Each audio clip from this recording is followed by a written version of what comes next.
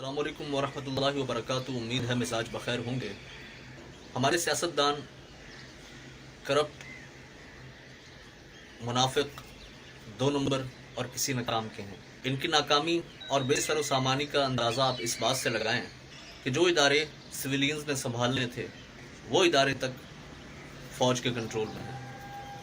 ظاہر ہے جب ایک آدمی نااہل ہو، ایک آدمی نکما ہو، ایک آدمی نکھٹو ہو، ایک آدمی ناکارہ ہو، تو کسی نہ کسی ایماندار، کسی نہ کسی صادق اور امین شخص کو، کسی نہ کسی اچھے اور سچے بندے کو اس منصب پر آ کر ان فرائض منصبی کو صحیح طور پر نبھانا ہی پڑتا ہے جن میں یہ سیاستدان ڈنڈی مار رہے ہوتے ہیں۔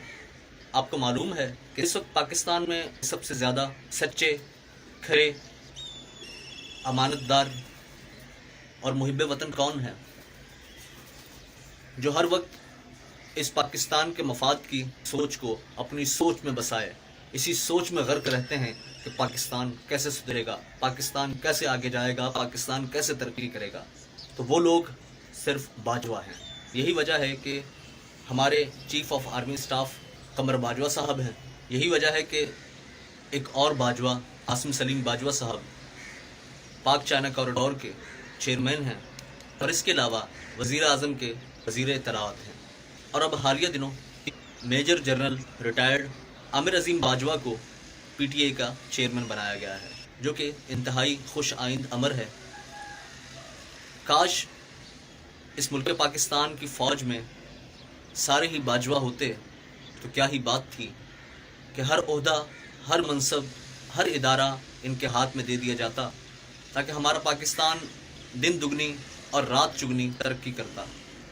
لیکن افسوس کہ ہمارے ہاں باجوے بہت کم ہیں۔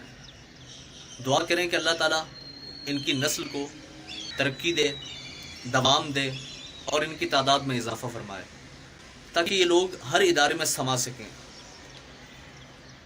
یہ لوگ ہمارے اداروں میں آئیں گے، یہ لوگ اس پاکستان کو سنبھالیں گے، تبھی یہ پاکستان مضبوط اور مستحکم ہوگا، ورنہ جس طرح اس ملک پاکستان کی جڑیں کھوکھلی ہو رہی ہیں اسی طرح ہوتی رہیں گی۔ خدا را اس معاملے کو سنجیدگی سے لیں اور اپنی دعاؤں میں ان کی نسل کی امان اور ان کی نسل کے دوام کے لیے دن رات دعائیں کریں۔